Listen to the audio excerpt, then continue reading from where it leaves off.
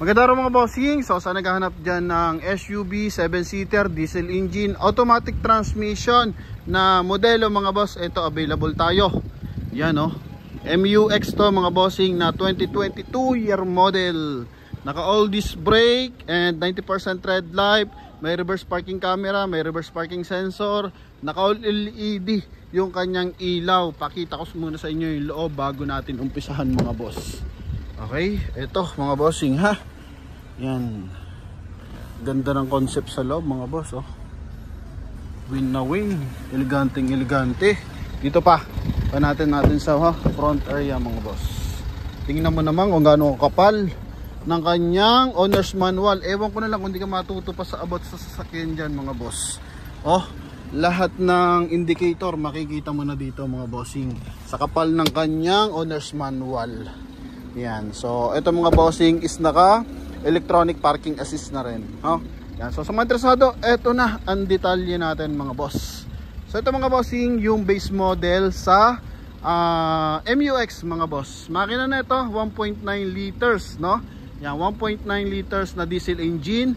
RZ4E yung makina na ito mga boss. Kasi meron 3.0 usually masana pag SUV yung maliit na makina para matipid sa fuel consumption. So ito yung pinakamaliit ang makina, 1.9 liters na diesel engine. Naka SUV ka na, MUX pa yan. So alam naman natin, number 1 yan pagdating sa diesel engine. So front area na ito mga boss. Nakikita mo naman, naka projector headlight. Hindi to naka daytime running light mga boss. Naka park light yan kasi inon ko yung kanyang park light mga bossing, park light switch para makita natin yung kanyang mga LED lights mga boss. Harap at saka likod. Yan. Okay, so kita mo naman eagle eye yan mga boss. Then na to, iconic yung kanyang front area, yung kanyang front grille mga boss. New looks yan. So yan yung mga modern front grille ng ating Isuzu MUX. Then same time wala siyang fog light kasi nga base model unit to mga boss. R17 ang kagandahan dito, base model R17 na naka all disc brake to. So gulong na ito mga boss is Yokohama. Kung kapal ng gulong 85 to 90% red light mga boss. May mga balahibo pa. Sobrang kapal pa niyan mga bossing. Okay, R17 na kulay silver yung ating mags. Stepboard, wala namang mga tama. Syempre second hand, hahanapan pa rin natin to ng butas para sa ating mga mahal na viewers and buyers kasi 480 na tayo sa ating YouTube channel, sa ating Facebook mga boss Then going to 90,000 subscriber na tayo sa ating YouTube.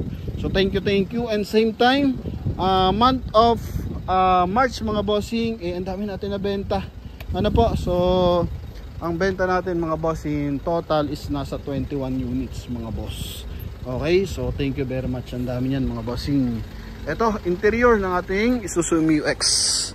Yan. So ito mga boss, Stella yung ilalim, pero ito leather. So aftermarket na leather.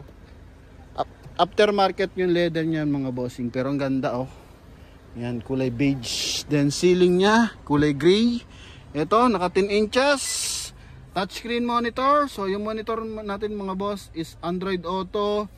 Then for CarPlay mga boss. Audio video na to, pwede kang mag-connect ng ating cellphone USB mga bossing Yan, ang gara niyan. Then syempre, ito mga boss, base model pero naka electronic parking assist. Then descent control mga boss kapag pababa, so may sarili siyang controller para if in case di tayo bumulusok mga boss. In Tiptronic mga bossing, pwede tayo mag plus minus 6-speed automatic transmission. Gara na ito mga bossing. Ito yung kanyang door panel.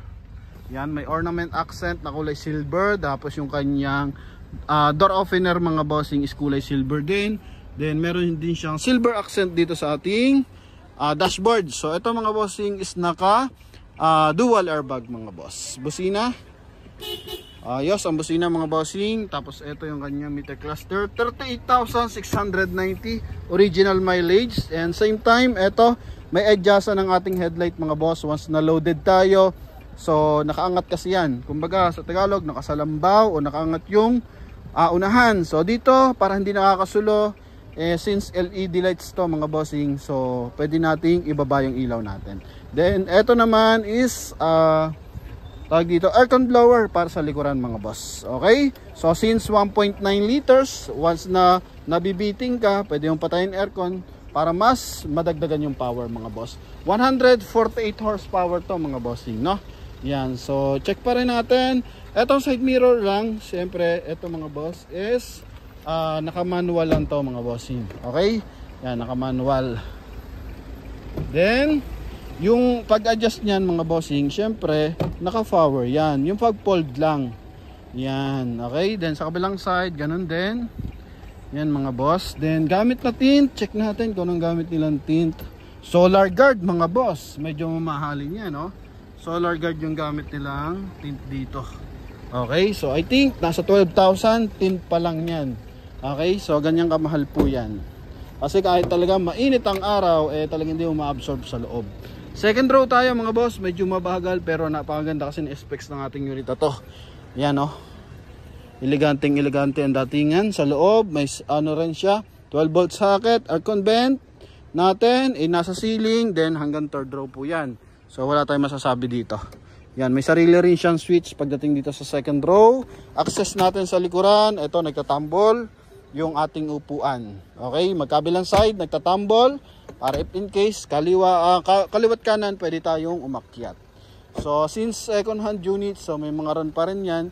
Isilipin natin mamaya after natin ma-review, silipin natin kung anong concern natin dito. Okay, so likuran, eto yung kanyang turn signal, so naka-valve, pero etong taillight naka-LED lights na mga boss. Reverse parking camera, reverse parking sensor. Yung mga puti-puti mga boss, ano lang yan, rubbing compound. Okay, kasi kaka-detail lang. Ito yung likod. Yan. So dito wala naman siya mga chrome. So polish black yung kanyang cover up dito mga boss. Yan din, napakalinaw na mga lens. Ganda ng logo mga boss, Isuzu. Yan, likuran. Wow. Mga boss. Ang gara. Yan, then dito napofold. Okay, eto. So ang ganda dito, hinahatak ng spring yung ating upuan. So pag hinatak mo, dumadapa na talaga siya mga boss. And flat surface, para na sa ganon, may kakarga tayo. So madali lang mga bossing, ha? Yan. Then dito 12 volt socket din. Then ilaw, yan. Then dito, check natin kung ano meron. So yun, ano nandito mga bossing, accessories. Yan. Okay, ito yung loob niyan mga boss. Yan, gara mga bossing, ha? Aha. Maayos to mga boss, 2022 year model. Oh, tingnan mo naman. Okay, so syempre ganda ng kulay, white mga boss. Yokohama tires. Ito mga bossing, solar guard, solar guard. Lahat mga bossing, solar guard yan. Okay. So eto mga boss. Yan, dito tayo panalo mga bossing. Tingnan mo naman. Oh, lahat ng hinahanap mong detalye mga bossing sa unit. Okay, nandito na mga boss. Oh, ang kapal nito. So lahat, so mapapag-aralan mo lahat ng indicator na lumalabas doon mga bossing. Yan, so ang kagandahan dyan mga boss, talagang matututo ka rin about sa unit. Then ito, meron siya dito ang service record mga boss. Not sure lang kung hanggang kailan. Check natin. Meron siyang service record mga boss. So nakalagay yan. Eto mga boss, hanggang 2024 mga bossing. Oh, ito hanggang 2024, 30,000. So nakakasa-maintain naman mga bossing. Yan. Balik natin to. Wow. Oh, ganda ng loob nito mga boss. Oh, yung high-end ng MUX, ito kompleto to mga bossing. Pero ito as base model, automatic transmission, super tapid sa gasolina, tapos may gwapo ka pang kaibigan. Di ba naman? So panalo talaga tong MUX na to mga bossing, ha? Yan, ito mga issue. Yan, no? Okay, then ito may top mark mga boss, top mark ang tawag diyan. May gas, ito hindi pa nalagyan, no? Yan. So basically lang yan, mga normal lang na gasgas. Natig ko konti. Ito, pakita pa lang natin. So, hindi nakita mga boss. Yan. So nilagyan siya ng ganyan mga boss. Okay, coding nito is Tuesday. Yan. Tuesday bar gas yan mga boss. Then pasok tayo sa ating engine bay. Puntahan lang pala natin, huwag natin pasukin. Oh, Dol! Edi! Oh. Dol, sayang yung manok. Sayang yung manok. Bakit ako? Yan. Ha? Hilaw pala yung itlog na yun.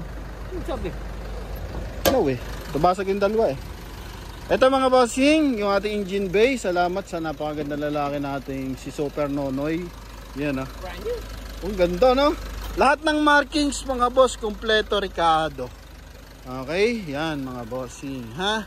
Ayos, Motolite Gold ang gamit. Ito, kahit sa markings dito sa kanyang ito yung mga boss. Yan, nakikita naman natin yung mga markings. So, maayos. No, kompleto pa markings. Please, di pa na mabuksan. Matama pa lahat ng markings niya mga boss. Okay, so yan. Ang makina na ito mga boss, ito, pakita natin. Baka sabihin, hindi to 1.9. Ito mga boss. Yan. Advance tayo eh. RZ4E na 1.9 liters Euro 4 engine mga boss. Okay, so sa mga interesado dito, insulator, buo, wala issue ng bangga, hindi rin binaha mga bossing. Napakaganda niyan. Oh, timing ng makina, pwede nyo pakinggan. And syempre, suso yan. Ito, ABS, turbo, mga bossing.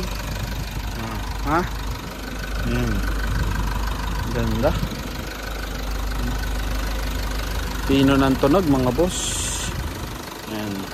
Okay. Level naman yung kanyang mga gauge. No? Yan. Ito, mga boss. So, yan, mga bossing. Sa mga interesado dito, ito na, mga boss. Yung ating Isuzu MU-X. Punta na natin magkabilang side mga bossing. Ito, concern natin dito. Yan, then dito sa kabilang side. Dito naman wala, malinis naman lahat, walang dent. Yan, ito sticker talaga to mga bossing. Walang basag yung kanyang stepboard. Tail light mga boss, so maayos mga bossing. Doon lang sa may harapan, front bumper. Makina, transmission, maayos. Siyempre, ganito kaganda, wala tong kalampag mga boss. No, kahit modelo, tinest drive pa rin natin. Para nang sa ganon is masigurado tayo ba. Okay, so yun lang mga bossing. Sa mga interesado dito, highly recommended to mga boss. Ang baba ng presyo nito. Sa 1.250, mababa na yan mga boss.